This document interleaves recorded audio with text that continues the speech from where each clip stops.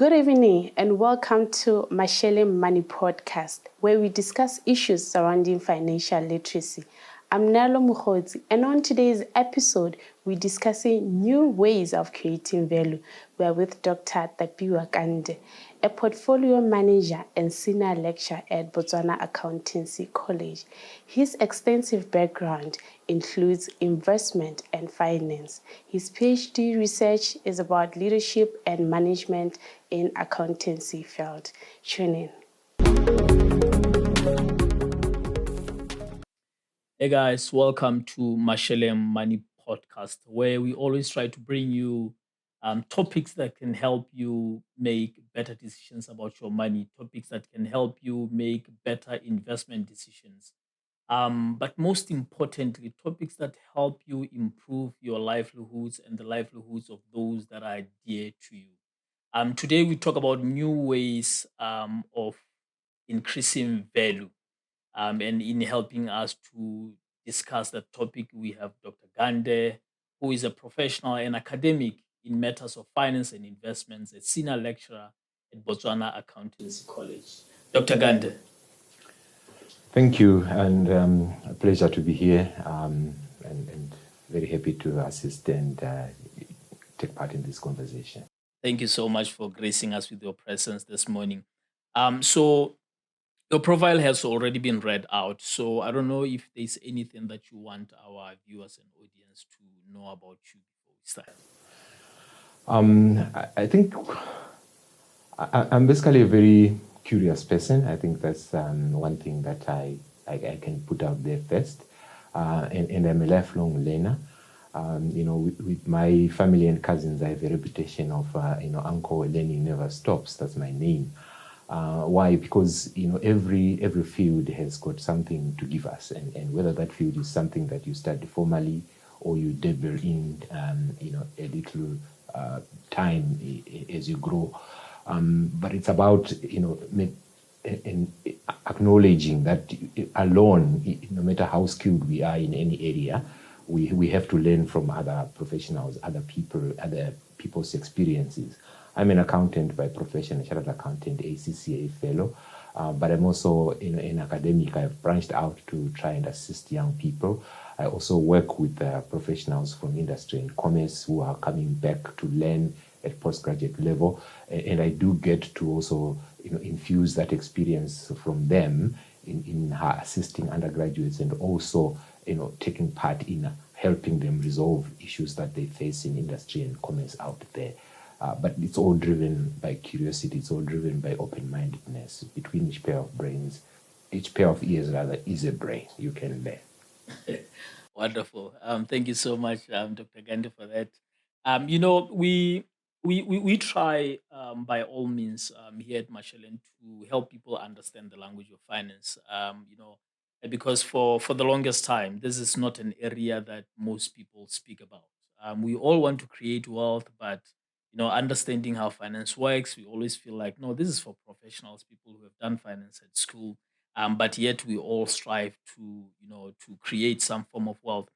So I just like to ask this question, Dr. Gande. Have you been, introduced to this subject of investing, saving, and all the likes when you were young? I'm sure that you grew, from a different generation from ours. But I always like to ask, has this education been embedded in you from childhood? I would say no. Yeah. I remember way back when I was, just preparing for university. I had done a business course, a business diploma. And in there, what we were learning was common, law, a bit of accounting here and there, a bit of finance, a bit of corporate finance, a bit of corporate law. And then we were now going to be split, those who might go and do marketing and those who might go and do accounting. But I was served by a lecturer who I remember way back then because I wanted to go to the marketing aspect, but I don't think now with hindsight, my personality is well suited to that. I tend to see the world in numbers, but that is not to say that the world of speaking, of convincing people, of showing people that there's different ways is not important, but it just has got its own personalities around there, which I think is a shame really when we look at youngsters, in that if they get introduced late to some of these things, some of these divisions, and matching their personalities to the right kind of going through life, they might get to certain things much, much later than they can, and therefore they don't give us as much value along their whole lifespan as they could have if they had been introduced to these things earlier. So I like people who reach out to youth. I like people who talk to youth. I like people who talk to young people, because they are the engines of ideas. They almost everything is possible with them. But when we keep telling them, don't do this, don't do that, they tend to remain in their shells. So I would say, we need to reach out to youngsters. We need to show them that, there's different ways of looking at this world. There's different ways of contributing. So for me, I think it happened by default, also because I was raised by parents who I don't remember having a single conversation with them about what I need to be doing with money, whether I need to be investing or doing a budget before I spend. And then when I went to varsity, it was also by default that I ended up doing a business course, because most of my friends were going there and my grades were allowing for me to go there. But I was there and I was learning similarly to how you learned, a bit of marketing there, a bit of accounting, a bit of economics, a bit of finance. And then later on, you specialize in one or two towards the end of your certificate. I think about a year, that's when you can say now we are doing the deep stuff. But it's not enough, because the semester is about 3-4 months. You do 8 months in a year and then you are done. And then fortunately for me, I was introduced I worked for the financial services sector. If it wasn't for that, I don't think so many concepts that I had learned at school I would have learned. So I went into I did insurance, and then I did banking. So while I was there, by default, because I was having these conversations every day, with different clients, also observing how they behave, their accounts and all of those things, I was like, okay, no, this is quite interesting. And I got to realize the gap between those who understood and those who did not understand, including those who have done finance. The understanding was so appalling. You'll be shocked that someone who has been a finance major for a very long time, maybe working as a finance director somewhere, they understood nothing about how to use money, how to invest. So Dr. Gande, today we talk about new ways of creating value as far as investments are concerned. So just to introduce our subject today, what is value? Thank you. If I may go back to what you said earlier, about specialization in professions, and how sometimes it gives us kind of like blinders in looking at things. So I have mentioned earlier that I'm a professional accountant, and one of the things that reignited my passion for continuous learning was if I try to speak out in any forum. I've worked previously in audit. I've worked in manufacturing of food. I've worked in companies that were being commercialized and privatized that were previously state-owned entities. I've worked in power generation. I've worked in retail of fast-moving goods, clothes and shoes.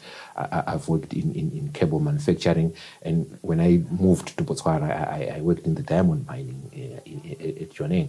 But before that, whenever I tried to contribute in any discussion, people will always put this label on me that you are just an accountant. But then that would frustrate me a lot, and it made me want to learn even a bit more in areas of operations, in areas of human resources, in areas of marketing, because then I could harness thoughts from other people, other professions, to try and put my point across.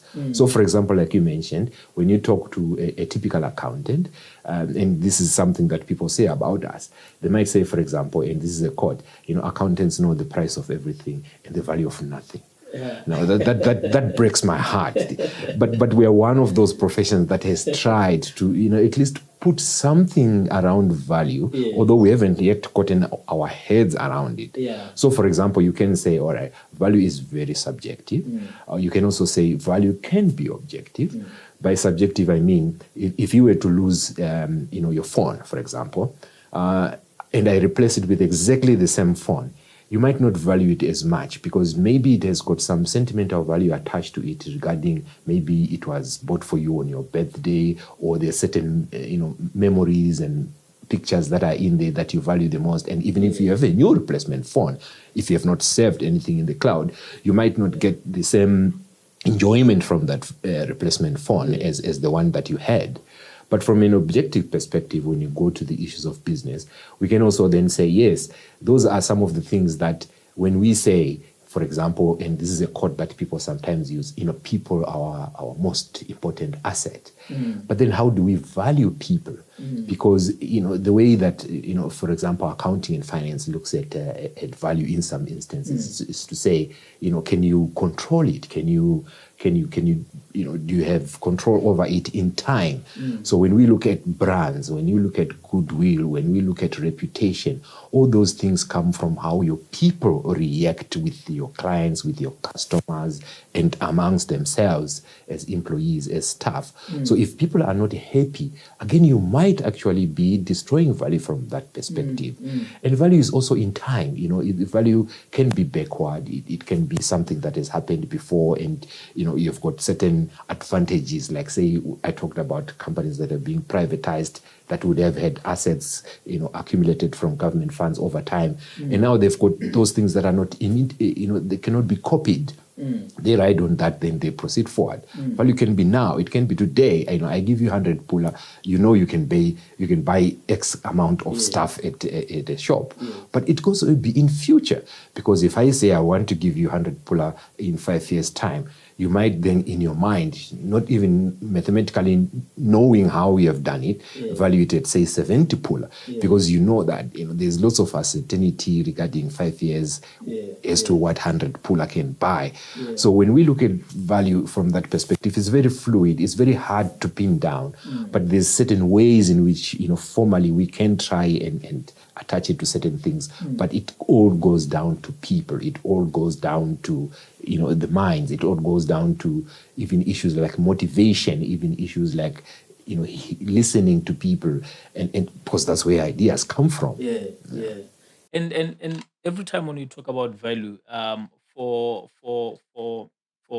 most, more especially in Botswana, we like to we only look at value in most cases, looking at the demand and supply, right, and then we come up with the value. But like you've said, there are so many ways of actually identifying value. Mine might be different from yours, depending on there might be sentiment attached to that particular value. And we speak about the subject most of the time when it comes to real estate investing. You know, there's a house which is valued at 1 million, and the valuers were looking at what a willing buyer and willing seller type of scenario, and saying, okay, no, look, there are properties similar which were going for this rate, so people will be willing to buy it for this rate. But as the owner of that particular property, you might be saying, no, no, no, no. That is actually what I spent on that property some 10 years ago. Now, this property I've built, I've planted big plants. You can see the garden now is looking nice. I've been here. All of my kids were born here. So the value should be above 2 million for me, right? That is what I'm looking at when I say value. So that's really what you were defining to say. Even if I give you 5 billion now, in most cases people will say no, but 5 billion will be worth nothing in the next 5 years, without any proper research or any study of the market to say whether five pillar might be valuable in the future or not. Maybe we just look at trends of, okay, inflation has generally been increasing over the years, and then someone will say, nah, nah, nah. In the next 5 years, five pillar will be worthless. So in your studies, because I see that you have a passion to study, different things. You've worked in so many different industries. You've seen so many different changes, and I'm sure your definition of value. That's why it's so broad, and for most of us, it might be limited to the little things that we know. Have you studied value, or is it something that you can also teach as a subject so that people can understand it broadly? It is infused. Value can be taught. It can be infused in a lot of areas. So, for example, if we talk of, say, let me start with just let's say marketing or human resources. Yes. So, for example, you might find someone coming to you with an idea of saying, okay, I've got this new product, I've got this new idea or this new service, and I think people will want it.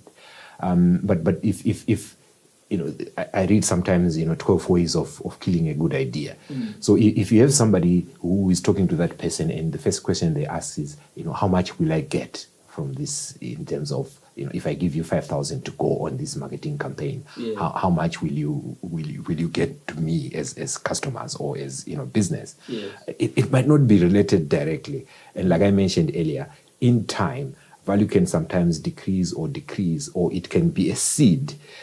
So what I'm trying to say here is that we have to teach people that it's not always easy to pin down value. Right? And we have to allow people to have their own conception of value, and then interrogate and talk with each other, such that we get then to a common understanding around saying, okay, at least here is some relationship that we can use to check whether your view of value, whether now or in future or in the past, relates to my conception of value. And that comes from us looking at professionals as hybrids. So for me, I would want to speak about value maybe with an engineer. I would want to speak about value maybe with a doctor, a medical doctor. But I also want to talk about hybrid professionals. By that I mean people, for example, like people who blog, or people who work in mentoring, or people who work in coaching.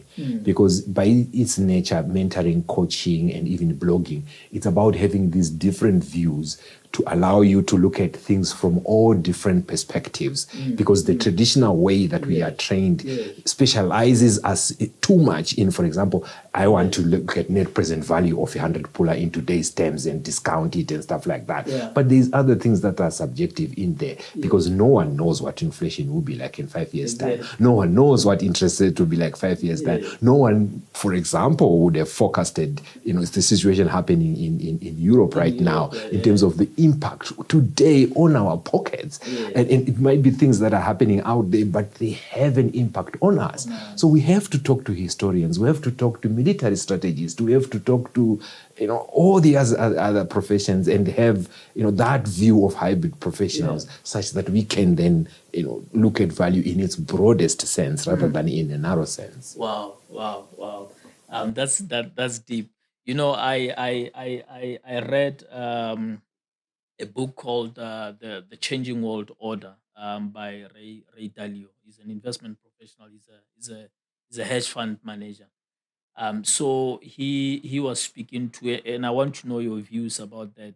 He was speaking to how they create metrics of future investments. So they would sit and study history, go back as far as 500 years back, and they say, okay, what has been happening in the past 500 years? Okay, every after 5 years, this is what happens. 10 years, this is what happens. And then they follow the trend. And then after following the trend, now they start to predict what might happen in the future and say, okay, we've seen what happens in the past. We get, an economic, recession every after this period. We experience wars every after this period. because nothing stays the same forever, right? So they study and then say, okay, now we are expecting maybe in the next 5 years this might happen. So they start preparing themselves. So I don't know, what's your take on that philosophy around it? You have gone to the heart of new ways of looking at things and new ways of creating value. Yes. So it's about looking at big data. It's about looking at big mining. But let me maybe start with a quote. So someone, clever and much wiser than me out there said, history teaches us that history doesn't teach. Right? So one time I'm talking to my executive masters of business administration students, and I just give them an example of companies like Boeing, like Lockheed Martin, and Airbus, and I say, what's common about these companies? And they are like, they are in the airline industry. Yeah. I'm like, no, but if you look deeper, you might actually find that the top 20 companies that have benefited from conflict, from war. Yeah. Because sometimes when we think of the airline industry, we only think of civil aviation. Yeah. We don't think of the planes being shot down where there's conflict in Yemen, in Ukraine and all that. Yeah. Same thing with the big history, even in the way we relate with animals. There's a professor that I sometimes follow. He's called Professor Yuval Harari. And his perspective was that, for example, even if we look at animals, we sometimes think we domesticated them, but sometimes they actually domesticated us, because instead of the nomadic lifestyle that we used to live before, we're now sitting in one place and we are now feeding them. And if you take a typical dog these days and leave it out in the wild, it will not survive for quite long, because it has not had those skills of finding food for itself, because we always bring it food. So we have to look at things from that perspective of big history and big data and big trends. And from that, it helps us, again, to be multidisciplinary in looking at things and bringing all these thoughts and all these ideas to help us predict the future. So if you were to look at, for example, America is less than 300 years old. The China as a country is 5,000 years old as a civilization. But just imagine 300 years ago, Europe, or areas in Europe thought themselves they were the center of civilization at that time.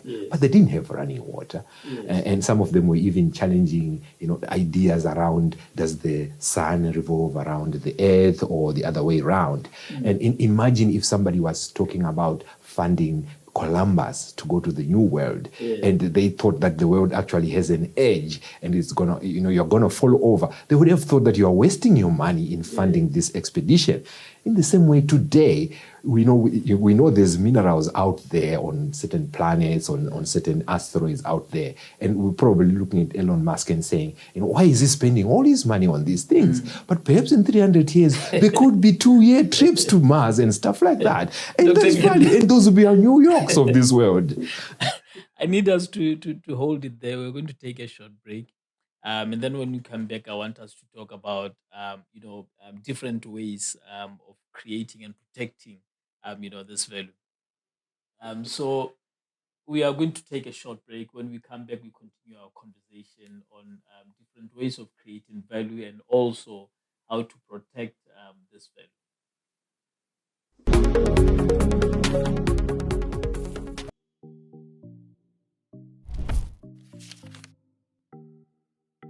Hi, I have a free gift for you. If you want to claim this gift, go to www.masheleng.online/gift. In this gift, you will learn how to become financially free in 5 years or less.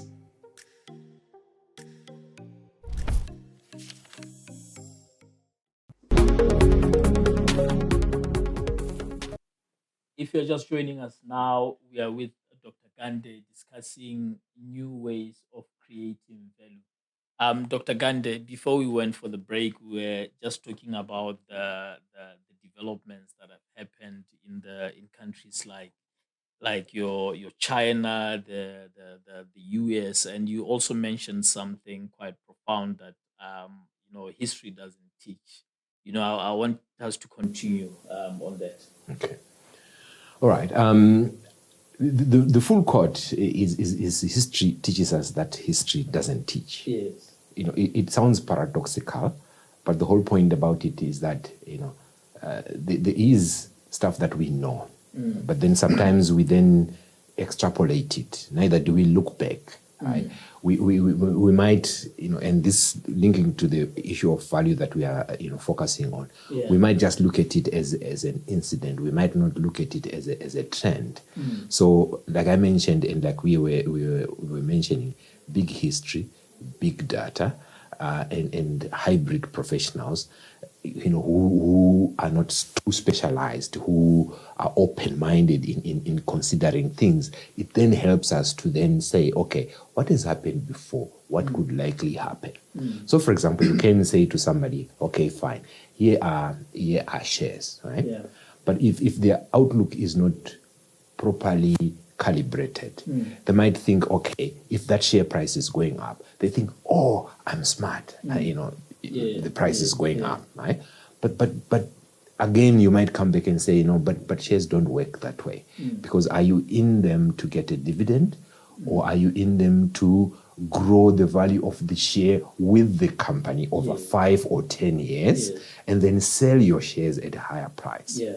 Right? Because it's unlike interest, for example, where you say, okay, I know that if I have a fixed or a fluctuating interest, linked investment like money market, then I know, or a fixed deposit, then I know exactly what I'm going to get in 5 months time. Shares don't work that way.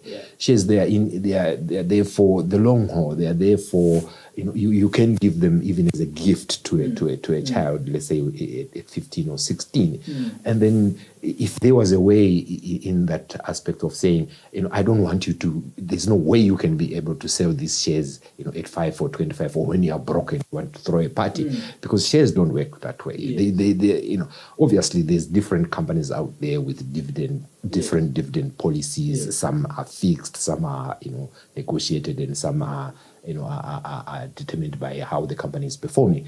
But there's more than one way to get value from a share. It's not just about the dividend that you are getting. In most cases, you don't even get much in dividends because dividends are highly dependent on free cash flows. And not having free cash flows doesn't mean that the business is not growing. And you were speaking about big data, speaking about research, and what we have observed is that a lot of people, more especially who invest in the stock market, they're looking at maybe a trend that has been happening maybe in the past few months. The share price has been going a bit up. It's up by 5%, and then everybody gets excited. No, these shares are going up, so therefore I'm investing. But in actual fact, people who are called value investors, they don't just look at that, which is exactly what you're explaining. It's a long term gain. They'll be okay. This business, we have done research on this business. We've looked at the data, and the innovations that this business is putting in place. It's showing that in the next 10, in the next 15 years, this business will be the biggest business in the region or competing in the world.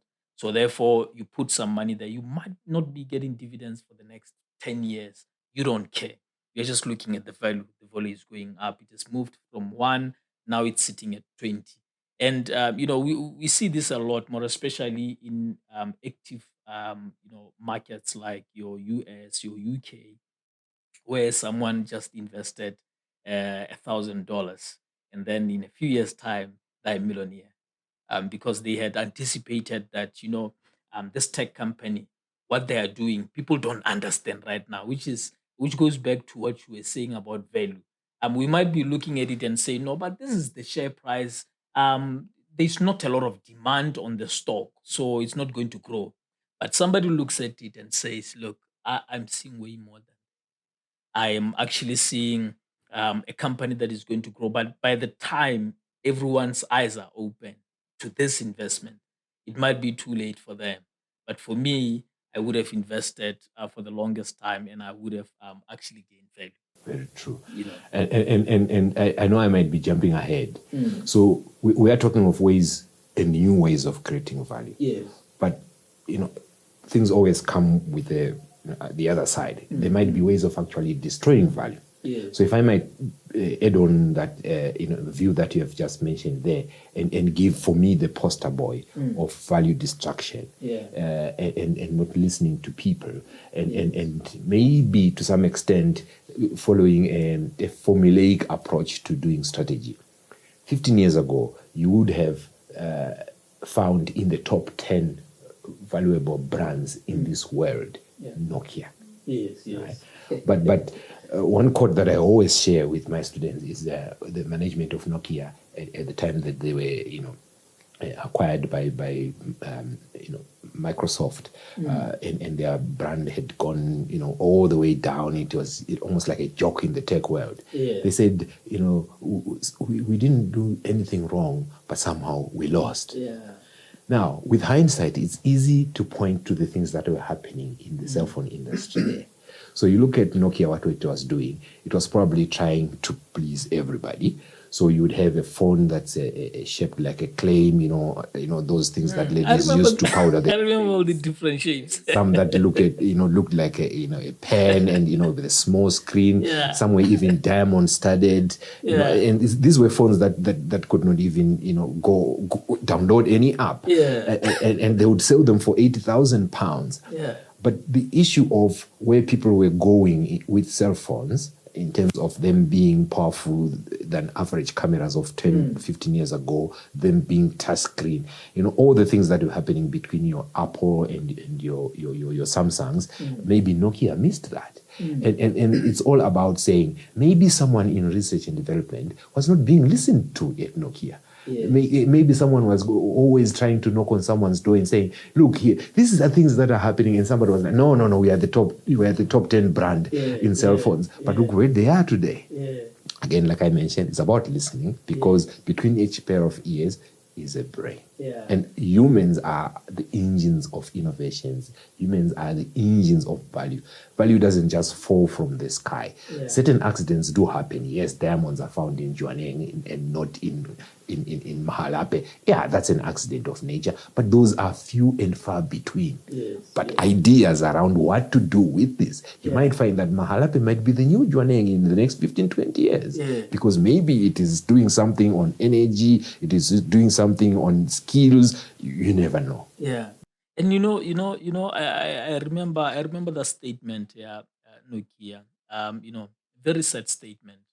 But then again, I think where the world it's moving to, it has really become a consumer's market. Your clients should guide you on where you need to go. And nowadays, when we look at all the innovations coming up, it's really about you know, revolutions. People want to get to the next level. They want ease of doing things. So whatever you create, it needs to make it easier for someone to actually study. So if you are in education, you are educating people. It used to be good to be in front of students and having a board, having writing there. But now people are getting busy with so many things. People are getting distracted quickly. Now you might want to reach out to a larger audience or say, look, I don't need you to be coming to class unless you want to come to class. Okay. We will also be streaming live. We'll also be doing this. It makes it easier for people. You continually are able to serve those clients. Because when I look at how the likes of your Apple creates value, they don't change much. The handset has been the same for the longest time. Maybe they change the size of the screen, but they don't change much. All that they do is to make sure that the applications in there, maybe they're a lot faster. They bring in new apps that will help with today's life. But what Nokia used to do, Nokia was fully focused on the what can I call it? On the outlook, rather than the value, right? They were focused on the outlook to say, okay, no, now we have a new generation of young people. They like flashy things, so we put some glitz around a phone, and then they buy the phone. Then tomorrow, no, now we have like older people. They need a bigger phone or a bigger screen or this ones now they need a smaller screen. So we used to have so many shapes. I don't know if there's any cell phone company. We just made so many shapes, as Nokia. So it's a really great example of looking at it. So what other ways are there, Dr. Gande, that can help institutions or people to increase value? Thank you. So these days we are it's all about cryptocurrencies. Your bitcoins, your Dogecoins. Yeah. It's all about non-fungible tokens and stuff like that. Yeah. Granted, it's a buyer beware market, right? Granted, some people might come in there and say, look, it's a it's a pyramid scheme. Those who go in early, get the fund. Yeah, noted. But again, things might be changing and shifting under our feet. Yeah. Yes, they are not very well regulated. There are scammers out there, yes. But if you want to be an early adopter, I'm not saying just go out there and buy cryptocurrencies. I'm saying, give it the benefit of the doubt. Yes. Find out what that is. Find out why these things are there. It's probably around, like you were saying earlier, people are starting to see that centralized control of monetary value might not necessarily work. Yeah. Way back we had a gold standard where currencies were linked to gold. Yes. But nowadays that has changed. Yeah. These days it's just about the central bank allowing a financial institution with certain capital adequacy ratios to create money basically out of thin air. And what is money anyway nowadays? Yes. When was the last time you were in an actual banking hall to get cash? Yeah. We are swiping all throughout. We are tapping with smart debit cards. All that. These are electronic things, which cryptocurrencies are anyway. But it's about who is controlling them. So maybe the shift is around, maybe governments still have to catch up around, bringing in the cryptocurrencies into regulation fold, such that at least the aspects of, scamming, the aspects of, the value in mining, cryptocurrencies gets reduced, because right now it's very high. And that's why the people who started it earlier, are getting a lot of value from it than people who want to try and do it now, because it's all about the blockchain technology. And also when you look at, for example, the attendant things that only governments can do, like, you cannot build your own road to your own village. In the same way, you cannot build your own fiber optic network to your own house. You have to have a trunking system that connects the whole of Gabs, the whole of, Gabs and Francistown and all the other towns in between. And in the cities, in the towns themselves, that location and that location, such that then we can have these ideas and we can bring down the value of mining cryptocurrencies and ensure that a young person out there can actually maybe come up with a better way of doing this. You look at M-Pesa, from Kenya and all that. These are African ideas. It's not that there is a monopoly of these ideas from the Western world. Our own young people, it's only that we are not giving them the underlying foundation to access these ideas, interrogate them. They might actually find a way of saying, look, you don't even need to regulate this. Just do this, and then, cryptocurrencies, we probably could be using them to buy stuff in Choppies in 5 years' time. That is a very touchy subject, not especially for a lot of governments. But in reality, ignore it, whichever way you want to ignore it. But these technologies are here, and they're here to stay. And like we've said, everything is all about making it simpler, for a customer to be able to live their life, transact, to do whatever they want to do. I remember some time back, there was an argument of how you buy airtime and then you don't use your airtime for some time and the airtime expires. But that is real money that is in your phone. So if you put in 100 pula airtime, that is real money. You bought it for 100 pula. How does money expire after some time, right? So the argument was, okay, I think that was when electricity was being introduced. I mean prepaid electricity, yeah. And then the question was, okay, if you can buy prepaid electricity, um, you know, what stops us from using part of the the electricity that we haven't used, right, to maybe purchase airtime or to maybe send part of this electricity to somebody else because you haven't used it, right? Similarly, with airtime, we used to have your Nzamelas. If you don't use all of your airtime, you can actually give it to somebody else. And then similarly, why should you go to sleep with an empty stomach when you have airtime of 250? Why can't you convert those units to money so that you can buy bread and buy some meat? Because at the time when you did it, yes, maybe you did not need the money, but now you need the money. Can't you convert, right? Which is exactly what cryptos are doing, right? You have a certain value of holding within whatever coin that you have bought, right? And you can do whatever you want to do with it. You should be able to pay your transport fees, buy airtime, buy clothes, do all of these things. And I think the more we try to ignore this trend, I think it's going to hurt even more especially financial institutions, more especially a lot of regulators. When you look at how government used to, control maybe the transport system, or how certain, associations used to control the transport system, more especially in Africa, and then Uber came. Right. Now, suddenly, now you don't have control. Anyone can set up and then they can transport people.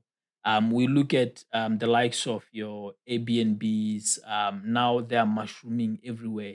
Now people don't find the need for hotels because truth is, clients were crying out and saying, "Look, sometimes I go on a business trip for 2 months. I don't want to be, locked up in a hotel room for 2 months."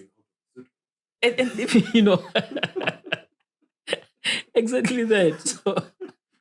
So now people prepare to go and stay in homes, join people so that they can have dinner and all of those things. And that's exactly where the world is going. So for me, I think maybe it's an issue that maybe it caught up with government before government was not ready. But I think they can see that this is something they really need to adopt going forward. Very true. If I give an example here, there's a young man. He lost a job in a factory. He's French speaking. He's an African young man, but he's in Europe.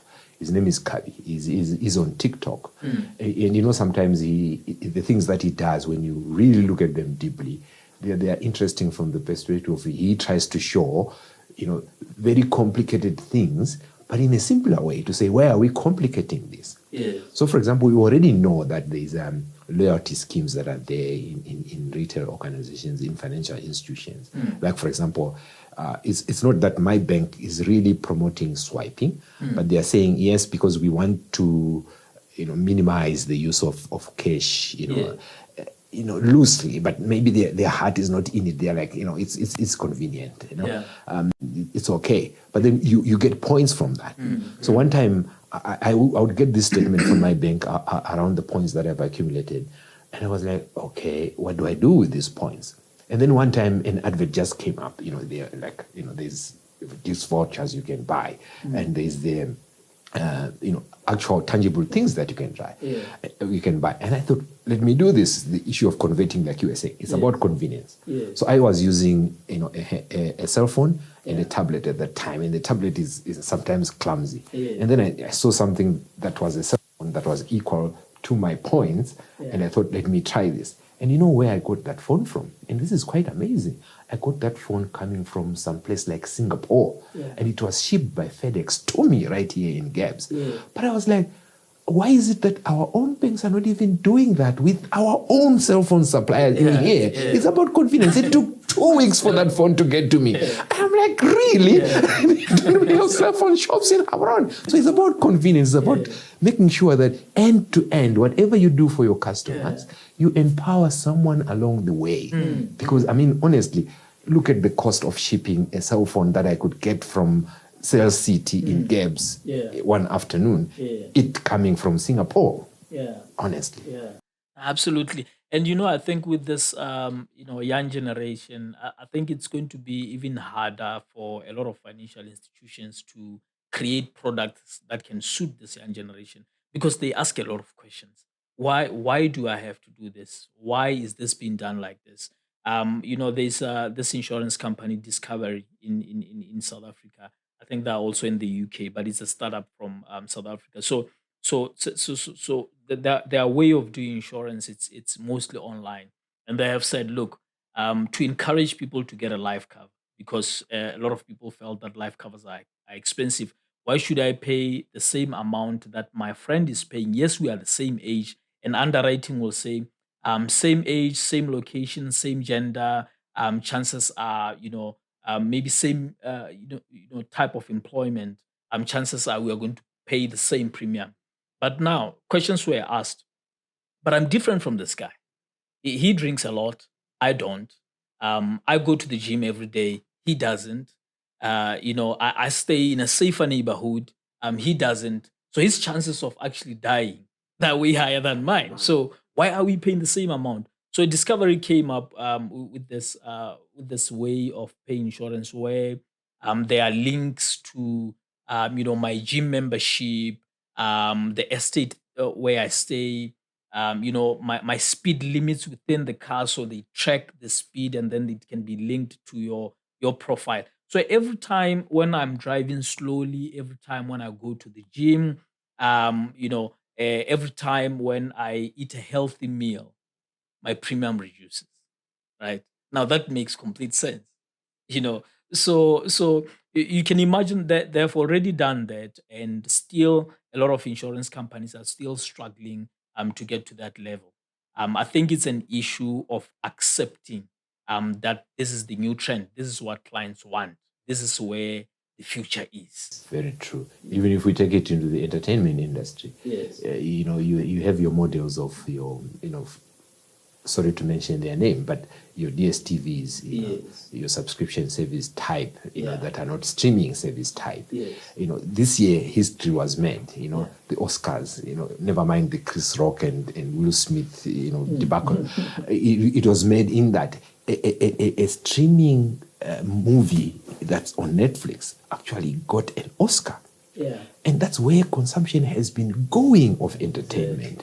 And it's about saying, can I watch on my phone? Yes, DSTV has that, but the things are changing, and this is across all industries. Yeah. It's only about saying, like we keep mentioning, convenience to the customer, and asking the right kind of questions and listening to them, because in your customers are solutions, and in your customers is value. But if you define value yourself as the service provider, as the seller, sometimes that might be too much linked to your own cost structures, your own innovation, your own ideas. You might not even have that robust of a research and development unit that goes out there and listens to people and find out what it is that gets their goat, what frustrates them as they deal with you, and then listen to that carefully. Yeah. Oh, Dr. Gande, we can go on and on about this subject. Very interesting, and I've gotten a lot of insights from you regarding the subject of value. We are probably going to call you again, because you are highly experienced in quite a number of areas. And here in Masheleng, we speak about, issues that can help people improve their lives, to understand how the financial services sector works, how different investments work, so that we can, at least move from that point of, illiteracy and get to a point where we can start now taking advantage of all the models that are available in our market. So, Dr. Gande, just as a close, if people want to reach out to you or they need any form of service that you provide, please just advise where they can contact you. All right. I'm open to public speaking. I'm open to consulting. I'm open to even formal research. I've assisted a couple of colleagues who go out there and and send young people to gather data from their markets, around trends, preferences, and so on. Even in data analysis, as somebody who works with research, SPSS, Excel, and so on, I can help in that. But also in terms of saying, is there a way we can work together on anything? And I'm open to that. So I'm on LinkedIn. I'm also on Facebook. My cell phone number is 744 08137. I can be, contacted there, and then we can agree. I also work at Botswana Accountancy College. We have formal courses, long courses, undergraduate, postgraduate. We also have short courses. We also have a consultancy unit in there. And there's various ways in which we can help, this big agenda that is there, that is being pushed, of us being a knowledge economy. Because, the days of digging stuff from the ground are almost past us. Yeah. It's about digging stuff from the brains of our youth. Yeah. Because that's the biggest resource that Botswana and Africa has. Yeah. Dr. Gande, thank you so much for having me. Thank you very much for watching. I hope you learned a lot. If you want to engage with us or collaboration or for advertising space, call us at 3950026, 3950026, or catch us on our social media pages at Ignite Wealth or the Masheleng magazine. See you on the next episode.